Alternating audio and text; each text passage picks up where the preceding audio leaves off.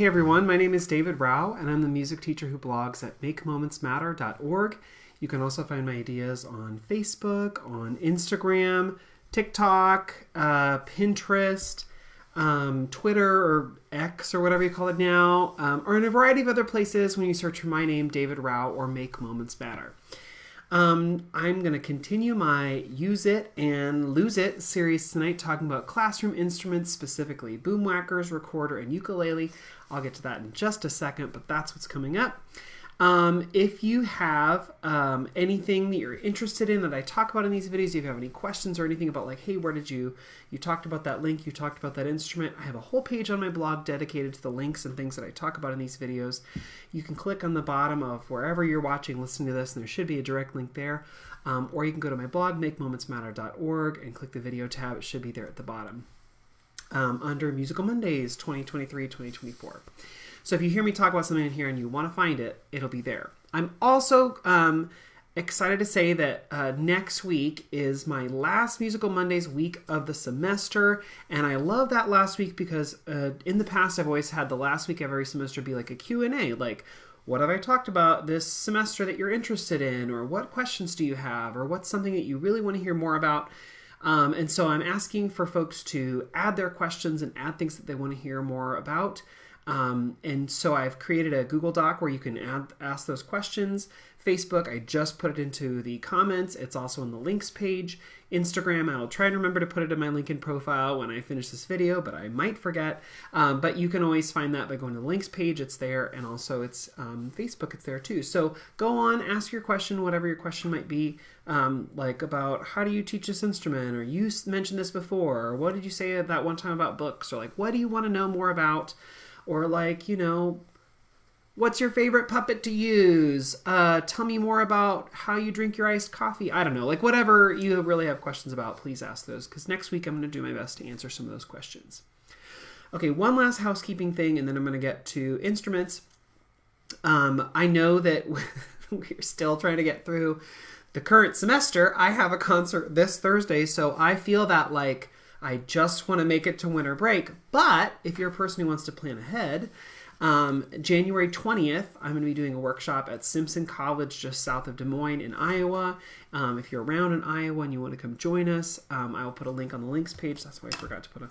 And I will put that on the links page when I'm done with this video. But there's information about that if you want to come and join us on January 20th at Simpson College. It's going to be a great day. Okay, so Use It and Lose It, classroom instruments. I feel like this might be my most controversial video because not like I don't want to be controversial. That's not what I'm saying. I'm just going to tell you like what I honestly think about these instruments, why I use them, why I don't use them, thoughts about that. So let me preface all of this by just saying what I'm about to say is my opinion for my classroom, something that I have experienced in teaching in my own specific circumstance. And maybe these instruments work for you, maybe they don't work for you. It really depends upon the person. It depends on your experience. It depends on your students. I'm just going to tell you my thoughts on how I feel about these instruments. Take it all with a grain of salt. Use it or lose it. My thoughts. But let's talk first about Boomwhackers.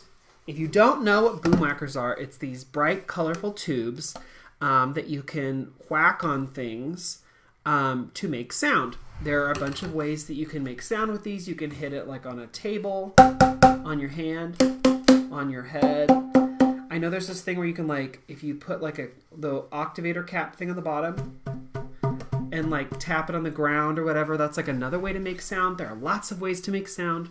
A lot of people really love Boomwhackers. They're fun, they're colorful. Kids get to smack things. What could be better? Okay, some people really, really, really love Boomwhackers. I am not one of those people. And for a variety of reasons, I have tried using Boomwhackers over and over in the many years that I've been teaching. I've tried them at different schools. I've tried them in different situations. And I just personally feel like Boomwhackers are hard to teach well. That's just my personal opinion, but let me tell you why I feel that, and then maybe you can leave comments about like, David, you're crazy. Here's what you should think instead. So let me just tell you why Boomwhackers are not my favorite things in the world. Okay, so how do you play the boomwhacker? Well, you have to hit something, right? Or you have to tap something. I've never found a way that feels really natural and really good, where kids make a really great sound.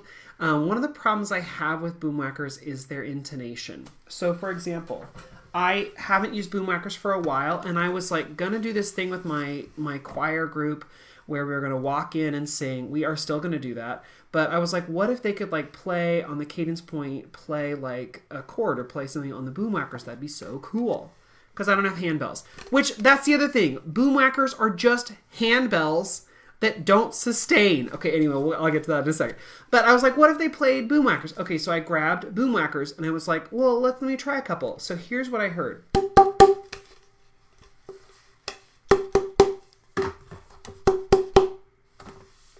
Those aren't the same pitches. Ba, ba, ba, ba, ba, ba, ba. But it's not always consistent. And then I pulled out these, the C, right? They sort of sound similar now. At school, they did not. So my thing is like, I have a problem with the tuning of them. I feel like they're not always in tune. Maybe you hit them really hard and they like go out of tune. I don't know. And I don't know how to retune them. But more than that, I feel like it's sort of tricky because the decay on the sound is so fast that it's hard for kids to really get a sense of like, is that just making some non-pitched sound or is it actually making a pitched sound? So I feel like for kids who are having difficulty like understanding the intonation and getting pitch relationships, that it doesn't make it easy. Plus, also, they may or may not be going out of tune, or how you hit them, or if you hit them too hard, that can change the tuning, and that's really frustrating for me. But especially because the decay is so fast. Like when you play a xylophone, the decay is quick, but you can at least identify the pitch, and you can hear it in succession with other things. The boomwhacker is sort of tricky for kids to hear that. So I don't really like the intonation aspect, and I don't like it for kids who think that it's hard to, especially younger kids, to like hear the pitch. I feel like it's hard to get that. Another thing is, yes, you can hit them anywhere, and I feel like these become a weapon really fast, and I feel like all the time I'm like, they're not lightsabers, they're not lightsabers. With anything, with mallets, with whatever, like it's not a weapon. So I feel like these become something weapons. So the classroom management aspect is another thing that is a little bit frustrating. You have to figure out how they're going to play, how they're going to hold, where they're going to play. And then kids just like natural inclinations just to like slam on things. So then they're hitting things all the time. So then you're like, okay, well, we got to work on classroom management about how you hold, play. So that's a whole nother thing. I think my biggest thing about boomwhackers that I don't really enjoy, and I have questions about, is like, how does it fit in our overarching understanding of like what kids need to learn by the time they leave elementary school, or like our curriculum basically, like how do boomwhackers fit in? And honestly, I feel like boomwhackers function as handbells function. So handbells, where you get one pitch, you get one note, and you only play that one thing. And in handbell choirs, it's like you go along and you play here, here, here, and I feel like that for me, that's the biggest problem with boomwhackers, is you cannot on your own as one person play a melody. You can't even really play a harmony. So it's not like you're using them in a harmonic way to play along with the song. You're not using them in a melodic way. You really only get just like that one pitch, and you are reliant upon all the other people to play with them. And some people would say like, well, that's ensemble playing. Not really. I mean, like, if I think about all the ensembles in the world, I think about all the things where you'd play an instrument. Bands, orchestras, choirs, rock bands, modern bands, all of those things, you play melodic instruments or you play harmonic instruments. Very infrequently do you play a time where you have just one note or one pitch. And even handbells, those sustain. You hear the pitch and you know what that pitch is. Sometimes they sustain too long. But you hear and you know what that pitch is. Boomwhackers, the decay is gone, so kids are trying to re-hit them to be like, is this the right sound? Am I playing at the right time?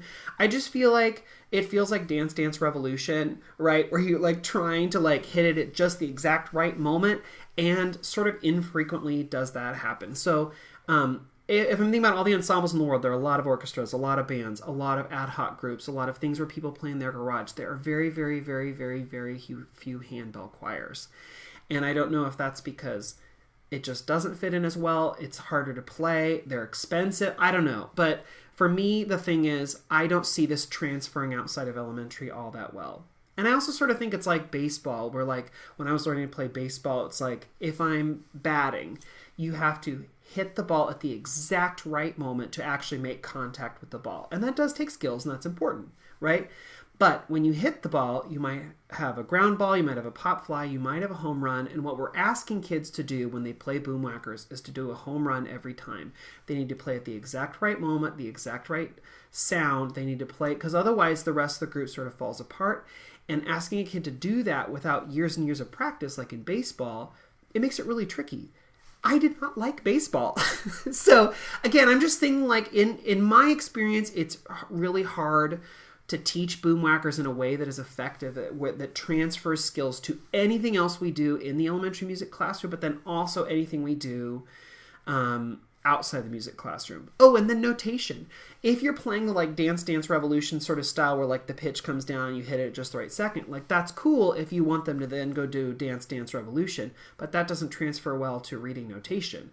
If you have them read notation, then that's tricky too, because they have to figure out where they are in the ensemble. I just feel like there are so many questions and so many issues.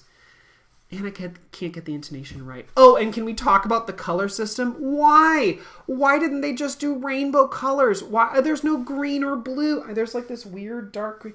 I get that like the green and the blue, like the true green and blue are like, I don't know, like accidentals. But like when do you ever play those? It just... Anyway, so it's very frustrating. Because when you I love color coding. And so when you can't color code other things to match, and it's like... Everybody makes their instruments according to Boomwhacker colors and whatever, and all these color coding systems. It just is stressful. So anyway, all that to say, I'm not a Boomwhacker person. Maybe you are. Maybe you love Boomwhackers. Please tell me why. Tell me why it works for you. Tell me what I'm missing. I would love to use Boomwhackers more often. it doesn't, for me, it doesn't fit. But again, that's just my personal experience. You do you. But that's just sort of how I feel. Okay, let me move on. Let's talk about recorder. So I think recorder, a lot of people either love it or they hate it. Or maybe they love it and they hate it. I don't know. But I think people have thoughts about recorder. What are some benefits? Well, they are very cheap and they are durable. So pretty easy to get. Pretty easy to get a nice one. This Yamaha recorder, it makes a really nice sound, is a really good instrument, honestly, for a beginner. And you can get a really nice one for less than $10. If you want to get like the fancy one that's like, ooh, wood grain, you can do that, but kids can just as easily get the fun, colorful ones. I don't feel like the intonation is all that different. I'll admit, I'm a person who lets kids like mix and match colors and stuff. I'm not playing at Carnegie Hall. I don't feel like the intonation is all that much different than if they have just one of the single colors. So I don't have a huge problem with that. The one thing I do not let kids do is switch brands. So I don't have like an Angel against a Yamaha, against a West Music brand, against a whatever. I always do, we're all getting Yamahas or we're all getting whatever. I prefer the Yamaha, that's just me. But that's the one thing I would say is I don't have many problems with intonation unless it's between brands. But I don't care. And the colors get kids excited. And anyway, so I think it's a great value for what you're paying. And it gets kids a wind instrument very early. So things of benefits about actually teaching a recorder or a wind instrument, right? But specifically a recorder in this instance. Kids, for like the first time in their elementary career, get a chance to experience duration. Like true note value duration. You can teach half notes, you can teach whole notes, you can teach them to speak them, to sing them. But this is the first time they really get to like play a half note. Because if you're playing a xylophone, the sound decays. If you're playing a boomwhacker, the sound decays.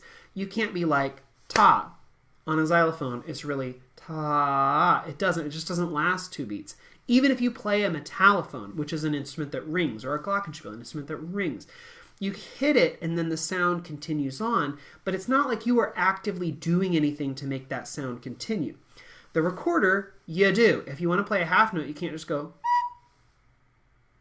ta, or you can't go hit, let it ring. You have to go. You actually have to play for that longer duration. So it's like the first time for like a half note or a whole note that kids really actually have to experience and play that, because there's really no other instrument in our world that really does that at an early level. So I like it for that reason. It really does make kids think about and focus on intonation. Are they really, and pitch matching, are they really playing the pitch that they're supposed to? Does it really fit in with the rest of the ensemble? I think that's really beneficial. This is, I think, the one that gets most people. It really forces kids to understand dynamics. How loud or how quiet are you playing? There's a difference, right? So like for the first time, I mean, again, when you're playing a xylophone, you can hit it hard, you can hit it quiet, or hit it hard, hit it soft, that's going to be loud or quiet. But recorder's really the first time where, on a long sustained note, can you go from one to another. You can't do that with xylophone unless you're rolling. Roll hard to roll gentle. But with a recorder, you can go...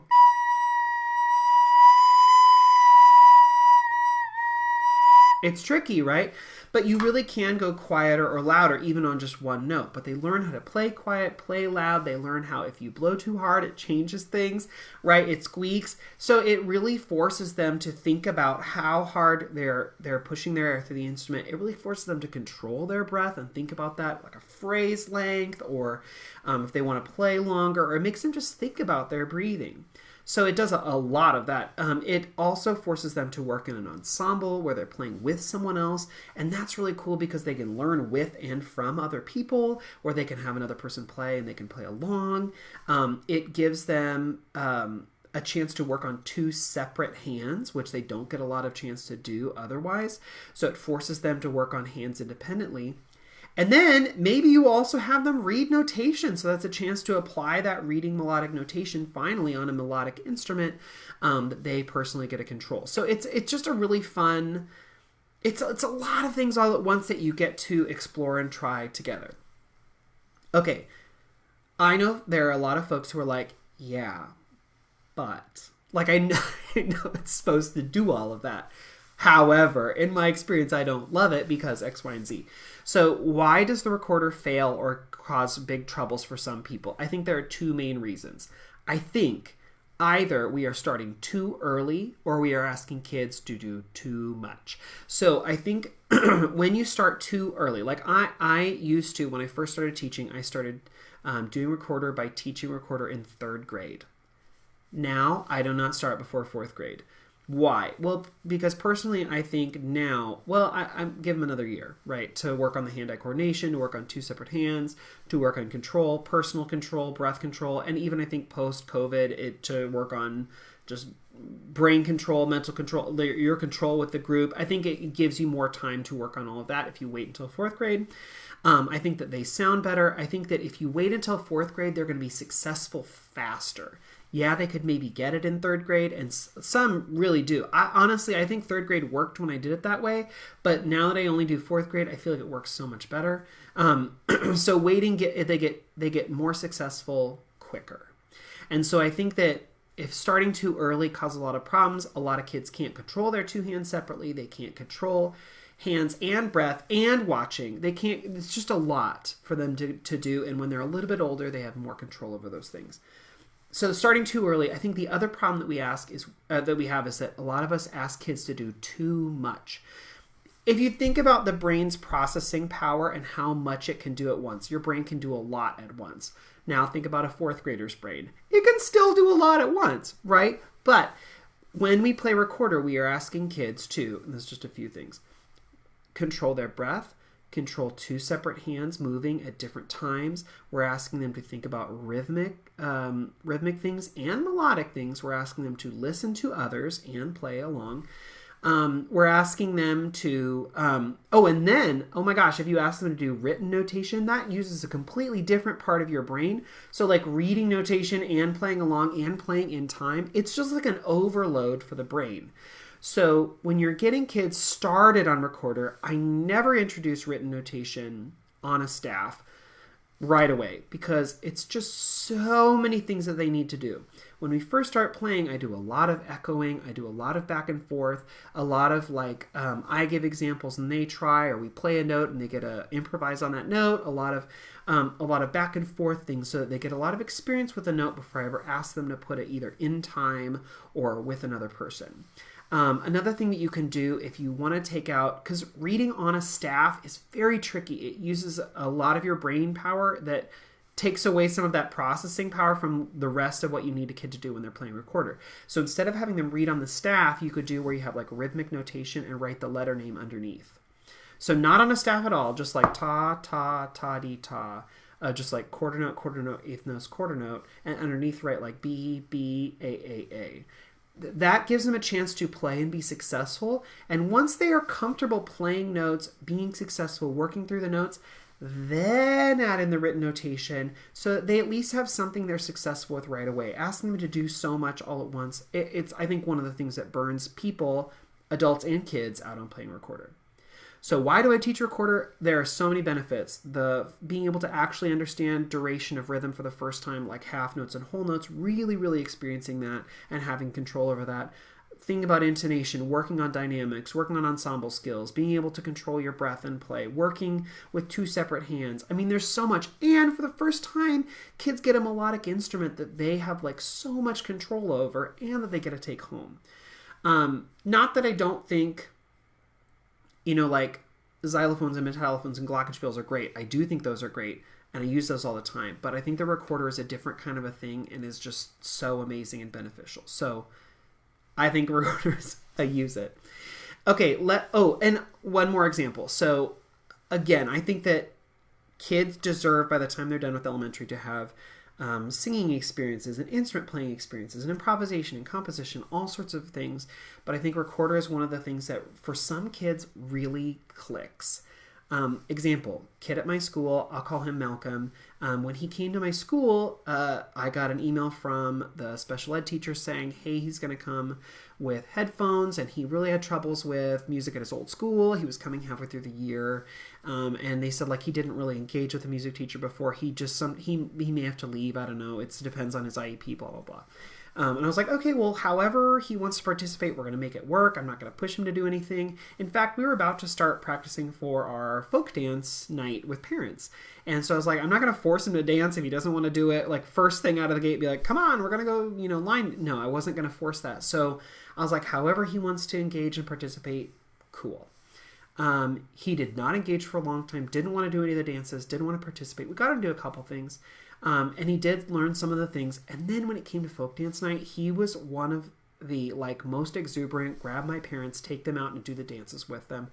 And his special ed teacher was like videoing. She's like, I'm going to send you copies of this. I don't know how this is happening. This is amazing. But he was so invested. When he came back the following year in fourth grade, he was no longer invested. He did not want to do the singing, didn't like the singing games, wasn't all about the movement, didn't really love the xylophones.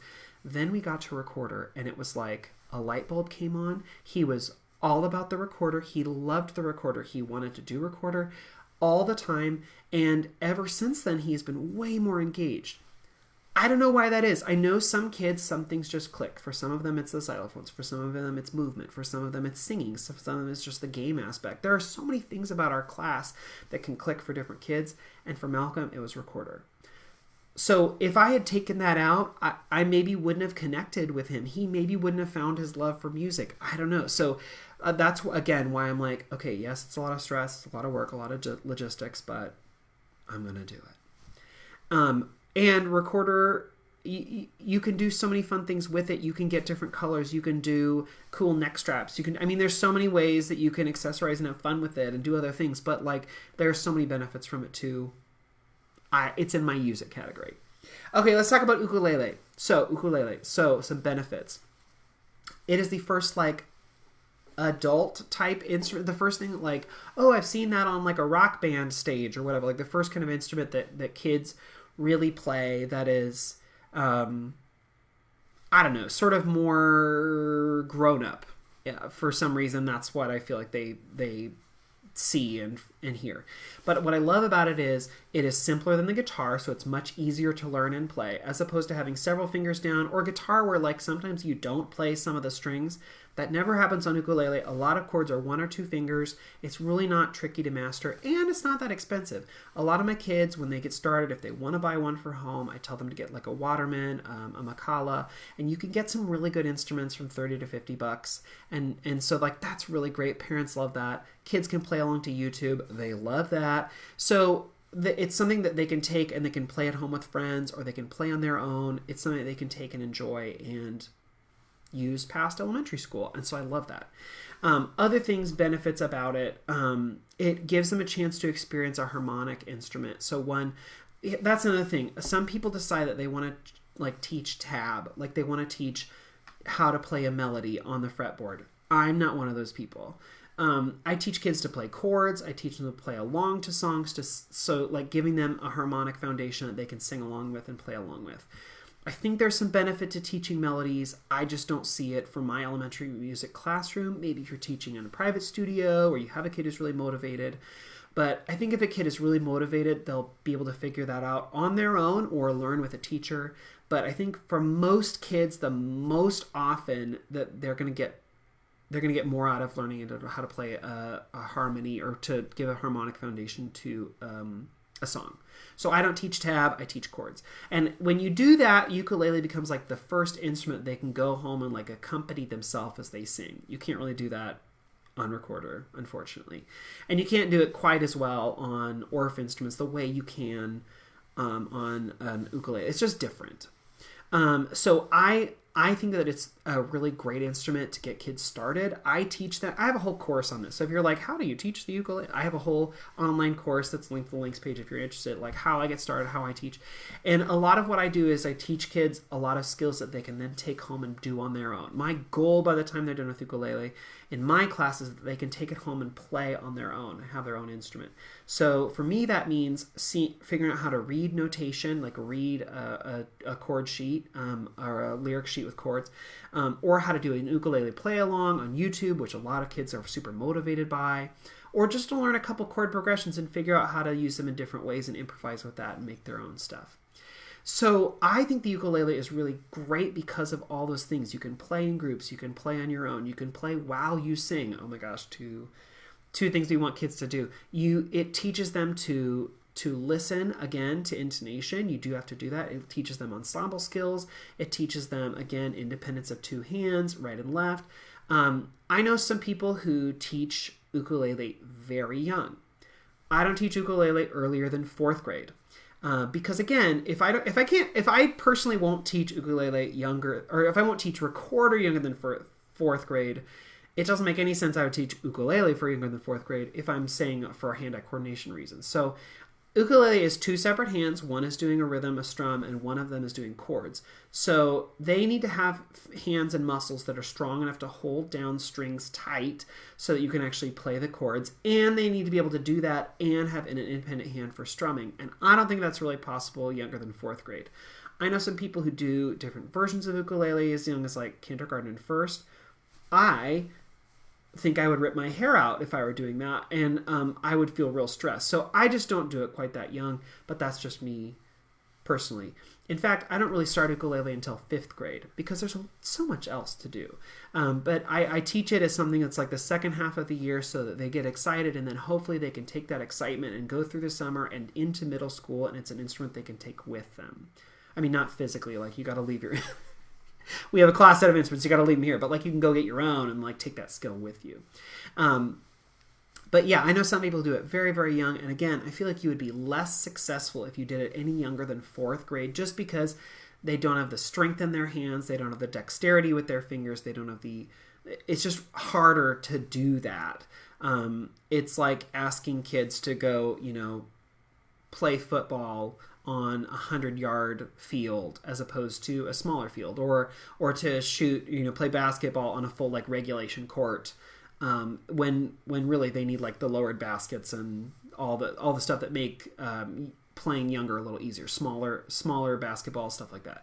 So ukulele, I usually wait until they're big enough to actually hold and play the instrument, and they start on sopranos. They can move up to larger if they want. Okay, so we talked tonight about Boomwhackers, recorder, and ukulele. And I talked about why I like some of the things that I don't like, and how you could maybe get around some of that or teach around some of that. It's things that often foul people up. For me, Boomwhackers are a lose it, and recorder and ukulele are a use it. I know some people who say like, well, I stopped teaching recorder and now I teach ukulele. Which is, I guess it's like an instrument for an instrument, but in my head, I'm thinking like, Okay, well to me that's like saying like this sweater, it doesn't fit quite right. I don't feel really comfortable with it, so I'm just gonna wear my swimsuit instead. It's like an outfit for an outfit, but like the reality in which you're going to wear a sweater is not the same reality usually in which you're going to wear a swimsuit. Like you use them for different locations, times of year, situations, right?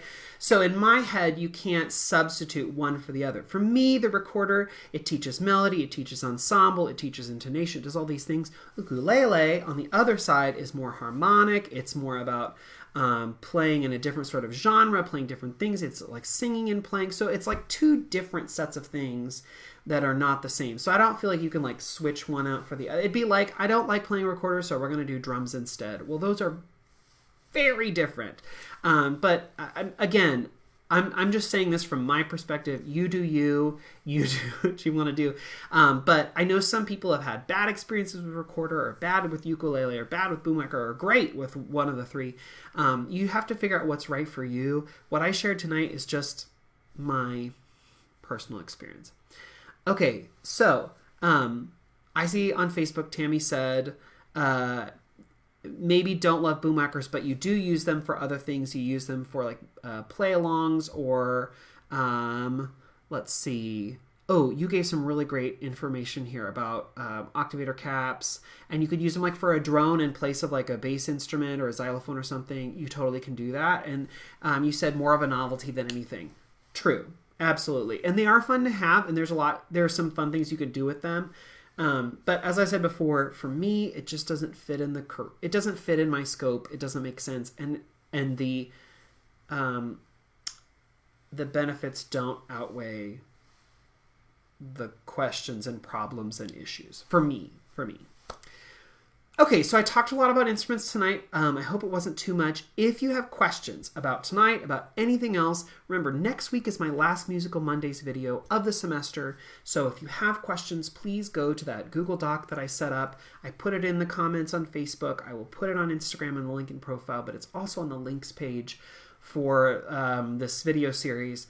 You can find it. Please ask any questions that you might have. I would love to try and answer those in next week's Musical Monday video, so that I'm answering the things that you're really interested in. It can be about any of the videos I've done this semester. It can be about a different topic. It can be about an instrument. It can be about plant care tips. Whatever you want to ask, feel free to ask on that Google Doc, and I will do my best to answer them.